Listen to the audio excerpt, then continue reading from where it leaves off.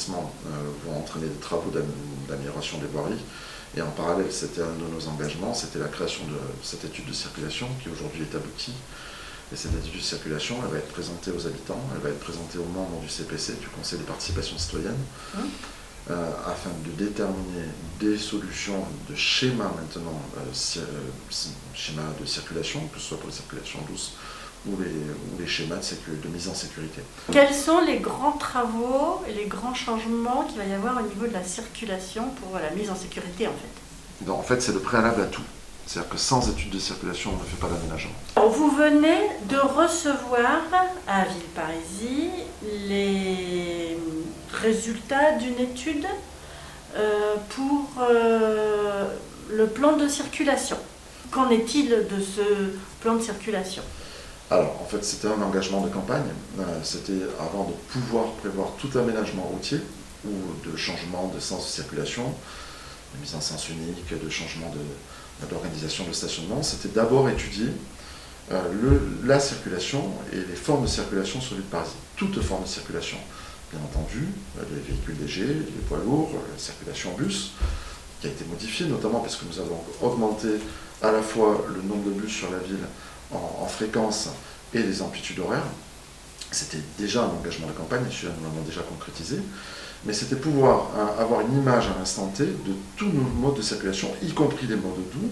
Dans les modes doux, on parle bien entendu de la marche à pied, mais aussi du vélo, et maintenant, parce que la modernité oblige, les trottinettes, qu'elles soient électriques ou non. Donc nous avions programmé cela assez tôt, simplement nous étions en période Covid et nous ne pouvions pas en période Covid avoir une étude de circulation qui tienne compte des comptages, des enquêtes origine-destination, c'est-à-dire quand quelqu'un rentre sur la ville, on sait s'il reste sur la ville ou s'il ressort sur un autre point par la ville. Donc pouvoir identifier les schémas prioritaires de circulation sur la ville. Et pour pouvoir le faire, il fallait être sur un temps, on va dire, non impacté par le Covid.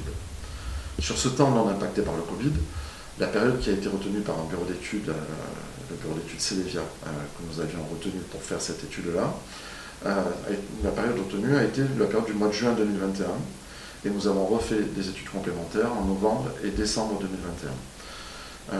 C'était des périodes qui nous permettaient de pouvoir penser que on va dire, à la fois les temps de circulation, mais aussi les volumes de véhicules entrant ou circulant sur la ville étaient en cohérence avec ce que nous pourrions connaître en temps normal. Ce qui n'était suffisant pour finalement faire ces interprétations, on va dire, ou cette lecture, ce constat, cette image dont nous avions besoin avant de décider de quoi que ce soit. Donc, des outils de mesure ont été mis en place sur la ville pendant, on va dire, ce dernier semestre, qui mesuraient à la fois le type de véhicule qui circulait, à la fois, donc je disais, les enquêtes origine-destination, par où je rentre sur la ville et par où je sors, où est-ce que je reste sur la ville, mais aussi les mesures de vitesse, ce qui est quand même très intéressant. Les vitesses moyennes, bien entendu, on n'était pas sur la vitesse à l'usager, mais c'était sur la vitesse moyenne constatée sur l'ensemble des usagers. Et tout cela, aujourd'hui, nous a permis d'avoir une image de la réalité de la circulation à Villeparisis qui a été donnée il y a peu, donc c'est tout début d'année, il y a quelques jours, et les élus du bureau municipal ont pu découvrir cette étude. Et on peut découvrir du coup la base qui nous servirait maintenant à identifier. On connaît tous à peu près les points noirs. Beaucoup disaient d'ailleurs, quand j'ai identifié les enjeux de circulation, j'entendais, lorsqu'on a dit qu'on lançait cette étude, beaucoup de remarques disant mais on connaît tous les points noirs à Villeparisis. C'est vrai, on connaît tous ces points noirs. Alors il y a quoi comme point noir par exemple? Par exemple, le point noir aux abords de la place du marché, la voie, le boulevard Saint-Lingro, qui est le lien d'ailleurs entre deux communes, Villeparisis et Métry-Mory, le pont qui passe au-dessus du canal, entre autres, l'entrée des villes côté Bois-Fleuri, le matin aux heures de pointe, côté accès route de Courtry, le matin aussi aux heures de pointe. Tout le monde sait cela. Les points noirs, nous les connaissons. Mais par contre, quels sont les schémas mis en place pour pouvoir, on va dire, couper court, dans le langage technique, chanter les points noirs, nous ne les identifions pas tous. Et l'étude nous a démontré d'ailleurs qu'il y avait des schémas de circulation dont nous n'avions pas connaissance. Et ces études-là... Des schémas de circulation existants aujourd'hui, des schémas de circulation, on va dire, parallèles, permettant d'éviter aux heures de pointe les zones les plus engorgées, et qui crée sur des voiries dites tertiaires, des voiries qui sont souvent des voiries de desserte de tissus d'habitation, qu'ils soient pavillonnaires ou collectifs, peu importe, mais des voiries qui ne sont pas adaptées à des schémas de circulation de transit, ces voiries-là ont un trafic donc, de report qui n'est pas adapté à la fois au schéma de la voirie et à la façon dont on vit dans ces rues-là. Ça peut être la problématique du stationnement, mais ça peut être aussi la problématique de proximité d'équipements publics. Et ça... Clairement, pour éviter les points noirs, on pourrait prendre d'autres trajets, mais qui ne sont pas adaptés, et qui génèrent des contraintes. Et aujourd'hui, on s'aperçoit que nous avons effectivement ce type de schéma mis en place sur la ville. Et ça, cette étude vient du coup... C'est-à-dire que déjà, les gens utilisent ces trajets annexes pour éviter les points noirs. Tout à fait. Mais du coup, ça génère d'autres points noirs sur ces trajets annexes. Et d'autres contraintes, et notamment des contraintes prioritairement de sécurité routière, pas forcément de temps de parcours. Ce que nous savons, c'est que sur cette ville, aujourd'hui, nous circulons en journée, sans aucune difficulté. C'est une ville où il n'y a pas de... En journée, je dis hors heure de pointe, où il n'y a pas de grosses difficultés de circulation. Mais par contre, nous avons des points noirs, et le plus gros point noir, c'est le niveau de Salingro, le passage entre nos deux communes, où ce qui est chiffré en valeur lycée, c'est plus de 21 000 véhicules jour. 21 000 véhicules jour, c'est énorme. Dans l'avenue Salingro. Dans l'avenue Salingro. Ça veut dire qu'il y a des autoroutes dans le sud-ouest de la France qui n'ont pas ce trafic-là. Et c'est 21 000 véhicules jour lycée.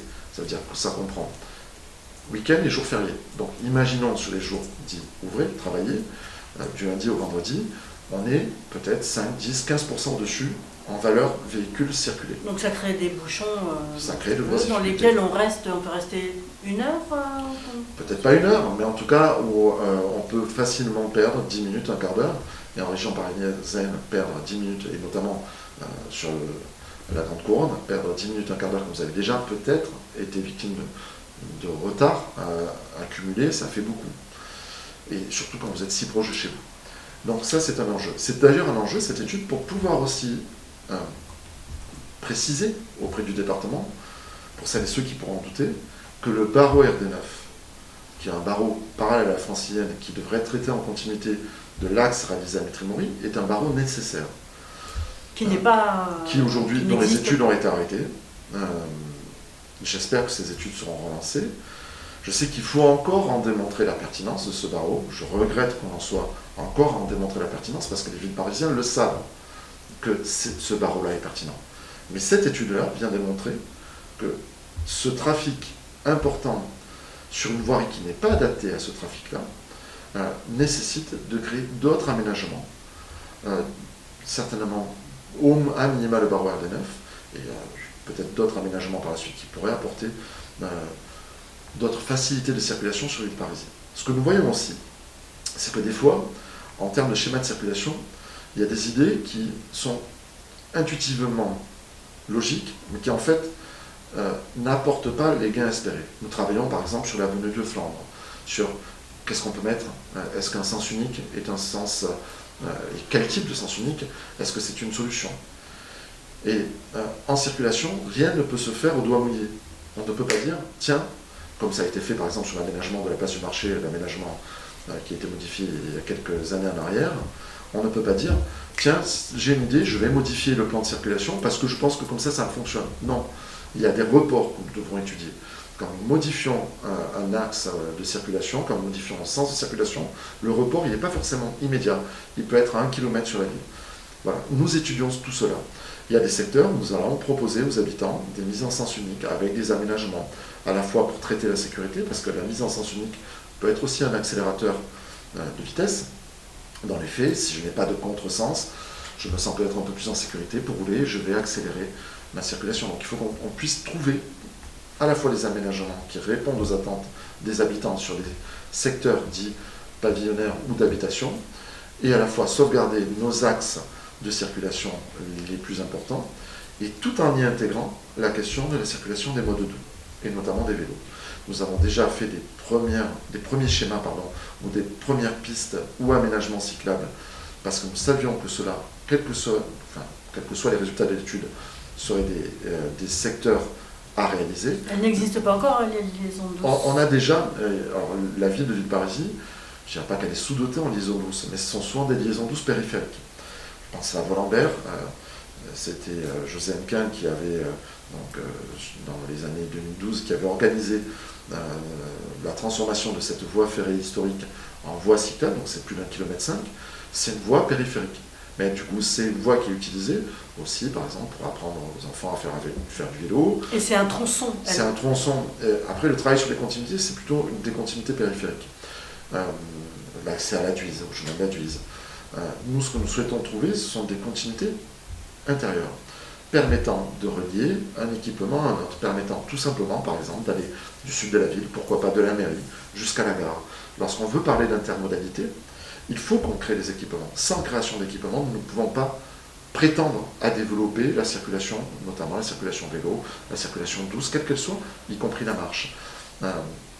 Mais l'étude était le préalable à tout aménagement. Nous souhaitons ne pas trop se précipiter, penser qu'une solution intuitive serait la meilleure tant que nous n'avons pas la confirmation dans les faits. Et aujourd'hui, nous avons l'avantage d'avoir une étude avec l'ensemble des données nous permettant de pouvoir statuer et de présenter aux habitants et de pouvoir expliquer quelles sont les contraintes qui s'imposent et lorsqu'on modifie un sens de circulation, quels seraient les reports éventuellement sur les voiries parallèles ou les voiries connexes qui, elles, pourraient être trop fortement impactées et présenter du coup un caractère accidentogène affirmé. Et ça, c'est un enjeu. Le schéma de circulation à Villeparisis, c'était un enjeu, il n'existait pas. Il fallait, ce schéma, il doit être appuyé sur une étude. Pour pouvoir le réaliser, nous avons maintenant réalisé l'étude et nous pourrons proposer un schéma et une cohérence, sachant que tout schéma est évolutif. Si demain, le barreau RD9 venait à être créé, et j'espère que le conseil départemental statuera positivement en ce sens, du moins on rappellera au conseil départemental l'intérêt sur la base de l'étude que nous avons réalisée de ce barreau RD9.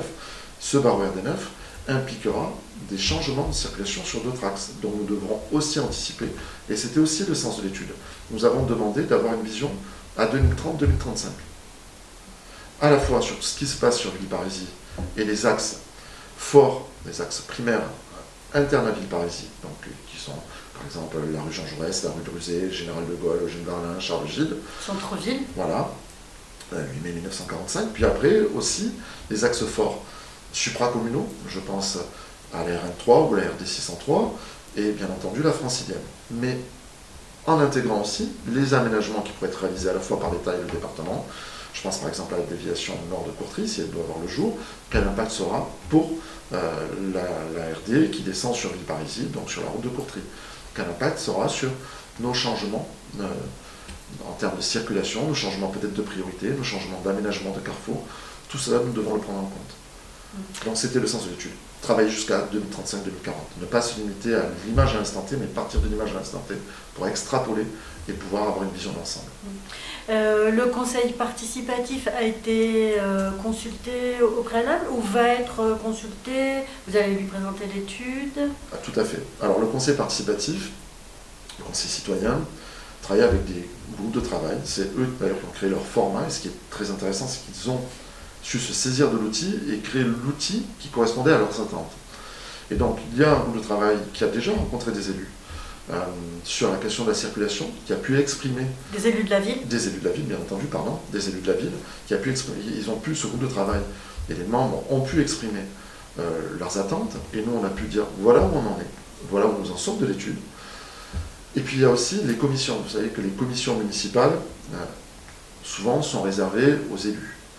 Majorité, opposition, peu importe, mais c'est souvent un lieu de débat, qui sont un lieu de débat plus riche et plus dense d'ailleurs qu'un conseil municipal. Nous avons fait le choix, depuis plus d'1 an, d'ouvrir les séances, ces commissions municipales, aux membres du conseil de participation citoyenne.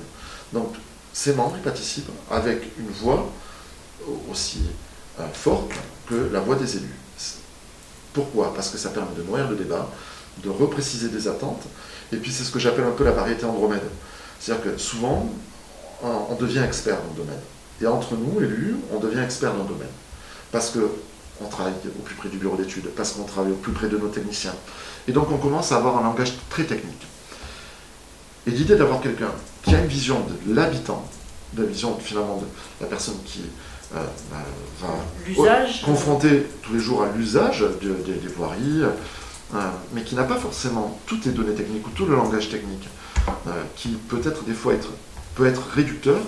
La variété en domaine, c'est d'avoir quelqu'un qui, à un moment, vient bousculer des certitudes techniques pour rappeler la réalité.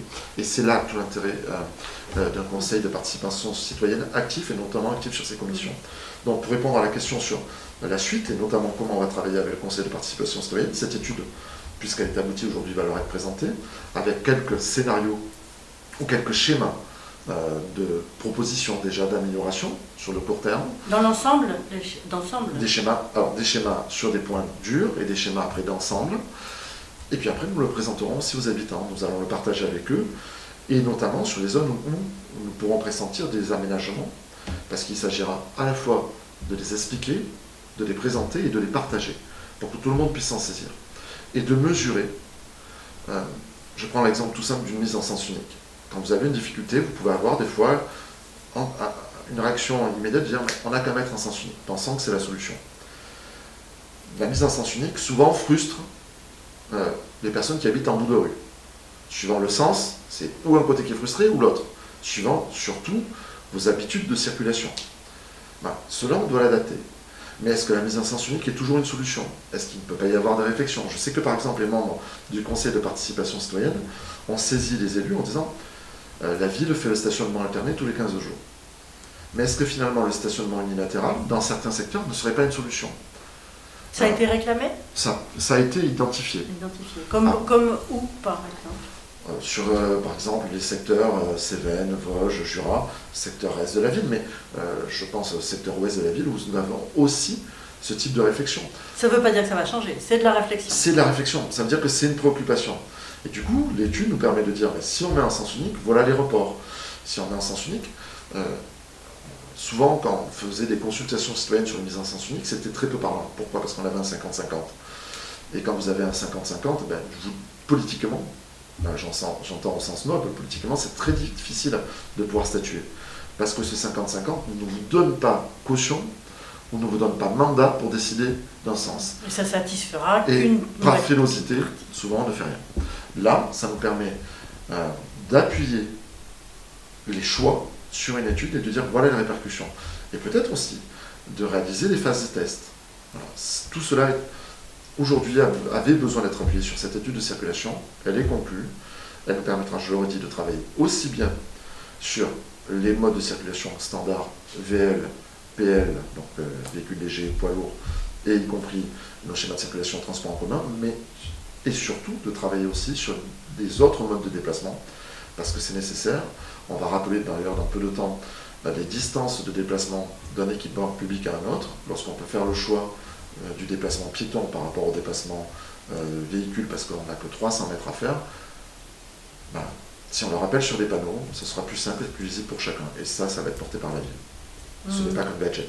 Donc, plus de liaisons douces, ça veut dire. Plus de liaisons douces à terme, oui, bien entendu. Et des liaisons structurantes, surtout. Pas que des liaisons périphériques. Et donc, ça, c'est une application qui pourrait démarrer quand?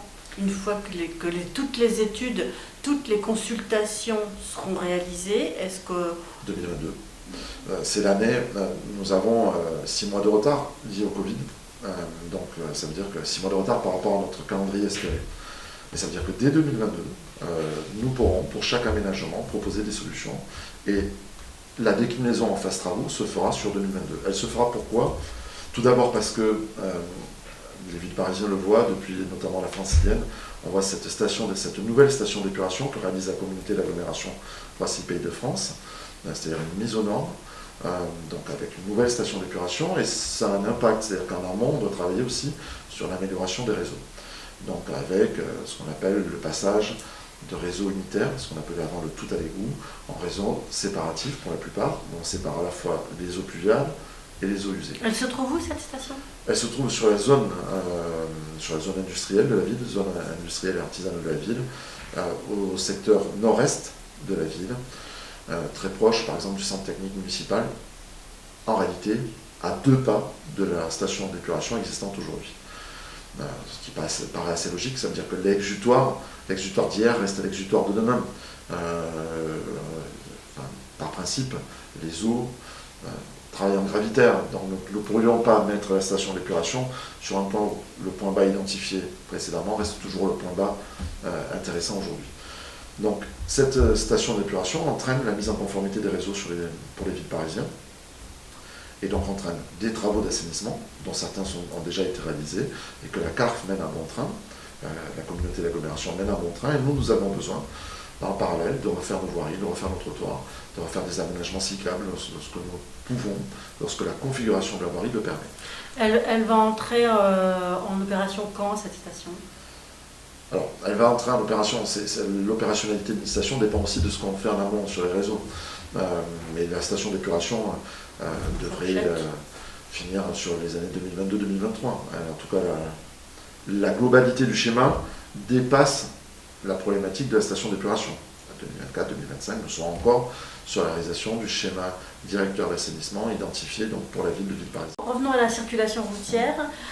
Concernant ces futurs travaux, ces éventuels travaux, puisque là, c'est que l'état d'étude, donc est-ce qu'il y a un point ou plusieurs points qui seraient plus urgents, qui seraient à traiter plus rapidement que d'autres ? Oui, tout d'abord, on a parlé du boulevard Saint-Lambro, qui lui va demander certainement peut-être des phases tests. Nous avons des premières solutions nous permettant d'améliorer le flux, mais avec une inquiétude qui a été relevée notamment par le bureau d'études, c'est de nous dire attention, du moment où vous allez fluidifier, vous risquez aussi de faire un appel d'air. C'est-à-dire que si vous fluidifiez, finalement... Il y aura moins de dispersion autour. Il pourrait y avoir moins de dispersion, ou finalement cet axe qui n'était plus un axe prioritaire choisi parce qu'il y avait trop de monde, pourrait redevenir immédiatement un axe prioritaire, et donc le gain que vous pourriez espérer sur les 2-3 mois pourrait totalement être perdu une fois que tout le monde aurait constaté une amélioration du flux. Donc il faut qu'on soit attentif. Ça ne veut pas dire que pour autant, on ne doit pas travailler à cette amélioration du flux. Là aussi, donc c'est un point noir prioritaire sur la ville. Nous en avons d'autres. La question, par exemple, de l'accès rue de Courtry, donc sur la RD 84, où nous avons une problématique là plutôt accidentogène. Mais là, on doit être appuyé par le département. Et je sais que le département a travaillé précédemment sur la construction d'un carrefour giratoire. Là, c'est plutôt une question de sécurité et pas de temps de parcours. Ou pas de... Le vice-président, c'est Christian Robache, au transport. Oui, mais je pensais même à des études antérieures. Il me semble qu'en 2010-2011, déjà, le département planchait sur la question de la sécurité routière et sur l'aménagement d'un carrefour giratoire. Donc, j'espère que ces études seront reprises et je n'en doute pas. Le vice-président a changé entre-temps. Oui, mais je pense que l'intention reste la même, du moins je l'espère. Et ça nous permettra de pouvoir répondre à cette problématique-là de sécurité. Nous avons aussi le traitement de l'avenue de Flandre. L'avenue de Flandre, c'est un accès à la zone industrielle de Villeparisis depuis la zone pavillonnaire côté quartier Normandie-Némen ou quartier Bois-Parisis, où là, nous avons des problématiques de circulation avec ce qu'on appelle une chicane qui est bien connue des Villes-Parisiens, où voilà, la question à la fois peut-être des sens de circulation, mais à la fois peut-être de l'amélioration du stationnement, pourrait nous permettre de répondre à un point noir connu des Villes-Parisiens. Peut-être que ça pose des problèmes aussi au niveau des sorties d'école. Surtout des problèmes de voisinage, des problèmes tout simplement d'algarade entre deux conducteurs, donc retrouver peut-être un peu de... à la fois ce qui dépasserait le cadre de la prudence, mais retrouver un peu de stabilité, on va dire, émotionnelle sur les temps de parcours. Mais sur les chicanes. Pas que sur les chicanes, malheureusement. Et puis, et bien d'autres encore. Je pense à l'avenue Samba, nous avons un point, puisque toutes ces études sont croisées avec l'accidentologie, nous avons une problématique d'accidentologie aussi que nous devons traiter. Là, c'est peut-être des fois des régimes de priorité à modifier. Qui ne sont pas forcément des accidents graves. Non. Mais qui sont des accidents malgré tout récurrents et importants. Nous n'avons pas à Villeparisis, et nous travaillons avec l'élu à la sécurité routière à Datecook sur d'autres programmes liés à l'évolution, à la compréhension de la sécurité routière, mais nous n'avons pas connaissance sur nos voiries d'accidents dits graves, c'est-à-dire accidents graves, on entend d'accidents provoquant des interruptions de temps de travail importantes, ou alors des accidents mortels. Sur des axes qui sont des axes supracommunaux, oui, bien entendu, malheureusement. Mais nous travaillons aussi sur, au-delà de la question de l'aménagement elle-même, nous travaillons aussi sur le changement des pratiques. Ça commence par les plus jeunes. Et avec Ada Tekouk et Michel Coulange, nous travaillons, et avec Alain Bourès, sur les écoles. Nous travaillons sur l'apprentissage du savoir rouler à vélo, savoir en fait se comporter. Je sais que ces programmes continuent, notamment au collège. Mais ce qui est intéressant, c'est que l'apprentissage de comment je me comporte dans la rue, quel danger je peux à la fois représenter pour les autres usagers, mais déjà quel danger pour moi et comment je les apprends, ces dangers, il est important de commencer à en parler dès le plus jeune âge. Donc nos équipes, et notamment au-delà de nos animateurs, la police municipale, fait ces interventions dans tous les groupes scolaires de la ville. Comme par exemple d'indiquer aux jeunes de ne pas faire de roue arrière en vélo, en ville. Entre autres, mais déjà se mettre en sécurité. Comment je peux rouler en sécurité. Et des équipements. Philippe Leclerc, qui est élu en environnement, mais qui traite aussi des circulations douces, le rappelle souvent. La question du port des équipements et du port des équipements de protection, mais pas que ça. Comment on me voit quand je circule en vélo, notamment de nuit. Ce sont des questions sont des points que nous devons rappeler dès le plus jeune âge. Au-delà de ça, nous souhaitons travailler aussi sur la question de la sécurité, notamment dans le lien intergénérationnel, mais aussi pour les seniors. Nous souhaitons aussi travailler vis-à-vis de nos agents. Si nos agents ne relevons pas une accidentologie éhontée sur les statistiques ville, bien au contraire, mais il n'empêche, et c'est tout le travail que nous menons avec la préfecture et avec Ada Tekouk, nous allons aussi proposer à nos agents des plans de formation complémentaires sur comment je peux rouler, comment je roule. Nous changeons notre flotte, nous passons d'une flotte avec véhicule thermique à une flotte à véhicule électrique, ou de roues motorisées ou pas, enfin de roues électriques ou pas, assistance électrique, mais nous souhaitons leur donner les moyens de mieux rouler pour qu'eux soient plus en sécurité dans leurs déplacements du quotidien, que ce soit les déplacements sur la ville ou que ce soit les déplacements au-delà de la ville. Et ça aura une répercussion aussi sur leurs déplacements personnels. Tout cela, nous souhaitons le mettre en avant, travailler sur l'appréhension, le code évolue, et puis vous et moi, peut-être nous ne sommes plus tout à fait à jour de tous les nouveaux panneaux. Oui, même au moment du passage du permis, il y en a peut-être qu'on ne connaissait pas trop. Alors ça, c'est encore un autre problème, mais nous souhaitons pouvoir aider les villes parisiennes à se rappeler de ce qu'est le code, enfin, comment je peux rouler, comment je suis en sécurité. Si moi je suis en sécurité, je mets en sécurité d'autres personnes. Et ça, c'est essentiel. La sécurité, les slogans le disent, l'État le dit, c'est l'affaire de tous. C'est certain, la sécurité routière. Mais pour cela, il faut qu'on se donne les moyens de l'appréhender. Et c'est aussi à cela que répondra le futur schéma de circulation routière de ville parisienne. Mais d'une manière générale, les gens sont plus sensibilisés au temps de parcours et aux bouchons qu'à la sécurité. On connaît nombre d'applications qui aujourd'hui se mettent en place et vous proposent le parcours en temps le plus court. Finalement, ce qui compte, c'est le temps le plus court. Ce n'est pas finalement le parcours le plus adapté. Or, on devrait des fois, pour 2 minutes gagnées, plutôt passer dans le parcours le plus adapté. Plutôt avoir une réflexion citoyenne. Est-ce que j'ai besoin d'aller passer dans une voirie dite tertiaire, de desserte locale, qui n'est pas adaptée, à la fois dans son trafic, dans sa dimension, dans sa structure même de chaussée. Et nous, ce schéma de circulation, je ne prétends pas qu'il répondra au problème de ces applications qui permettent de trouver des fois des ressources de circulation améliorée, mais en attendant, c'est souvent pas en lien avec ce que les villes peuvent porter. Je me souviens, on parle de l'avenue de Flandre, à l'époque, cette chicane avait été mise en œuvre parce que des poids lourds étrangers sur une zone industrielle, empruntaient en toute bonne foi parce que leur GPS leur disait « mais je peux passer par là ». À titre personnel, j'habite moi dans une impasse. Au bout de cette impasse, les différents GPS préfléchissent une continuité, qui est une continuité aujourd'hui, circulation douce. Nombre de véhicules se retrouvaient là en disant mais moi mon GPS il dit que je peux passer là, pourquoi je peux pas? Parce que le GPS c'est une application, lisez les panneaux. Et j'aimerais que les gens se remettent à lire les panneaux. Respectent la circulation, respectent les limites de vitesse. À Ville Parisienne, on n'a pas trop d'excès de vitesse. Quand je dis on n'a pas trop, j'ai conscience que vous avez toujours 1 ou 2% d'usagers qui dépassent. Mais je ne sais même pas si c'est la question du panneau qui engendrerait un comportement plus vertueux. Par contre, des fois, il est important de rappeler. C'est pour ça que nous misons aussi sur des radars pédagogiques. Parce que ces radars pédagogiques nous permettent, lorsqu'on est usager conscient Mais de dire, ah tiens, j'ai peut-être 5 km/h de trop, je vais être attentif. Je suis à proximité d'une école, à proximité d'un équipement public. C'est cela l'intérêt du radar pédagogique. Donc je disais, nous n'avons pas constaté de dépassement très excessif par rapport aux limites de vitesse autorisées. Notamment, toutes les vitesses moyennes sont en dessous des vitesses autorisées. C'est plutôt rassurant. C'est plutôt rassurant. Surtout qu'en dehors des heures de pointe, la circulation est quand même assez fluide sur l'île Parisis.